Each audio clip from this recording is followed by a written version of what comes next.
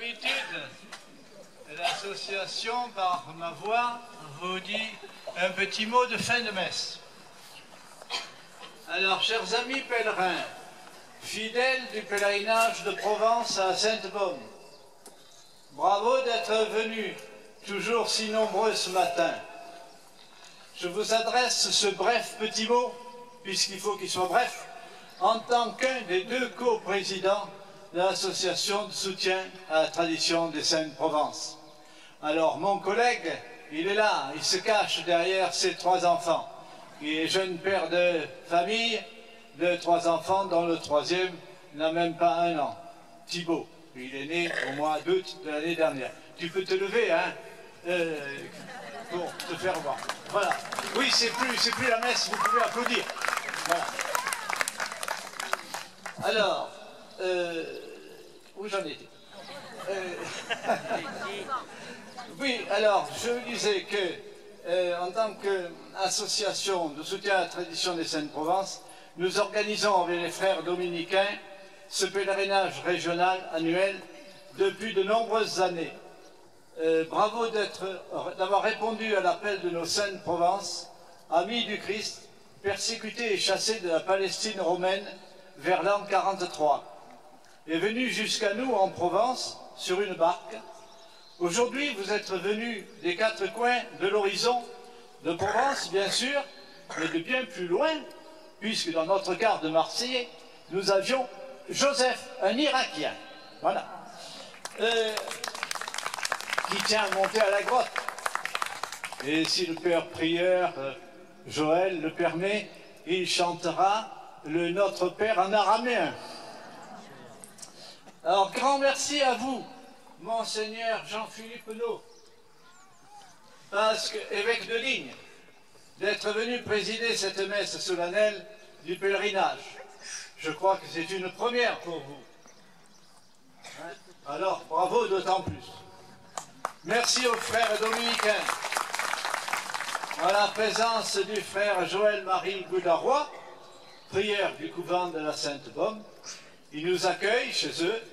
Voilà plus de 33 ans que nous préparons avec eux en bonne liaison ce pèlerinage de Provence, dont l'origine se perd dans la nuit des temps. Il a été ravivé, cependant, au moins 2 fois, une fois par les gens d'Oriol, en 1580, à l'occasion de la Grande Peste. Nous avons ici le curé d'Oriol, Philippe Horace, avec toute sa troupe de paroissiens. Voilà. Et puis, a été ravivé, alors après la Révolution française, par le père Lacordaire, qui en mai 1822, précisément, a réactivé ce pèlerinage avec une foule immense, et précisément un lundi de Pentecôte. Nous remercions aussi toutes les autorités civiles. Je vais d'abord nommer M. Horace Lanfranchi, maire de Saint-Maximin, représenté ici par sa 2e adjointe, Mme Mireille Boeuf, ici présente. C'est eux, alors Mireille Boeuf, qui est conseillère à la culture, au patrimoine, et qui nous a prêté cette estrade, sans laquelle vous verriez auquel c'est bon.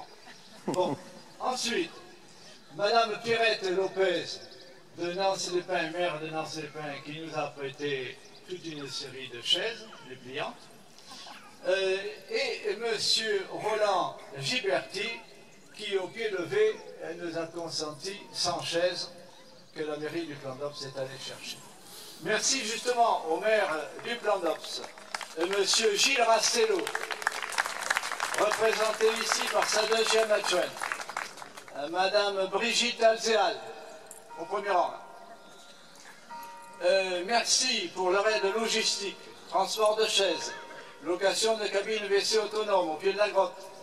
Nous vous rappelons que notre association de soutien à la tradition des Saintes-Provence, qui compte plus de 300 membres, enfin actifs quoi, a pour but la défense et la diffusion de la tradition apostolique de Provence, autrement dit, nos racines chrétiennes de Provence. A noter que cet hiver, fin novembre, début décembre, exactement le 5 décembre, nous avons planté ce tilleul magnifique de 6 mètres de haut, là, celui-là. Voilà, grâce, oui, à la permission du conseil d'administration de l'hôtellerie, que je remercie au passage, tous ses membres, bien sûr. Voilà, alors ce tilleul est en remplacement du peuplier qui était mort, déraciné par la tempête de l'hiver 2007. Voilà, et donc, pour perpétuer l'ombre, pour que les célébrants n'attrapent pas d'insolation, nous avons planté ce tilleul. Il est garanti pour vivre au moins 500 ans. Donc, oui, c'est ça, c'est dans la notice. Donc, oui. Vous pouvez aller sur Internet, vérifier. Et donc, il aura le temps de grandir et d'ombrager tous les célébrants pendant au moins 500 ans. Bon, voilà, enfin, vous serez témoins. Ensuite, sur notre stand, contre le mur du cimetière des Pères, c'est-à-dire derrière vous, vous trouverez toute documentation et nos publications. Nous avons réédité cette année les tomes d'Aldo Franzoni, Sainte Marie-Madeleine et les Saintes Provences dans la tradition provençale. Et il y en avait 2 tomes qui étaient épuisés. Non, maintenant on a la série complète à votre disposition, plus le livre bleu de Roger Solaire sur le début de l'évangélisation de la Provence. Et enfin, je me suis réassorti dans les 2 bouquins de base de Jean Aulagnier, historien catholique, qui nous a quittés, qui était membre de notre association, qui nous a quittés en janvier 2010, le livre de base. Alors, nous vous rappelons nos prochains rendez-vous. Le dimanche 21 juillet, solennité de Sainte Marie-Madeleine à Saint-Maximin. Ah, c'est pas ça? Ah, c'est dimanche après, excusez-moi. Ben, j'ai regardé le site, c'était pas bien précisé. Bon, le 22 juillet, la fête de Sainte Marie-Madeleine ici, à Sainte-Baume. Le 29 juillet, Sainte-Marthe à Tarascon. D'ailleurs, il faut remarquer la présence de Sainte-Marthe ici.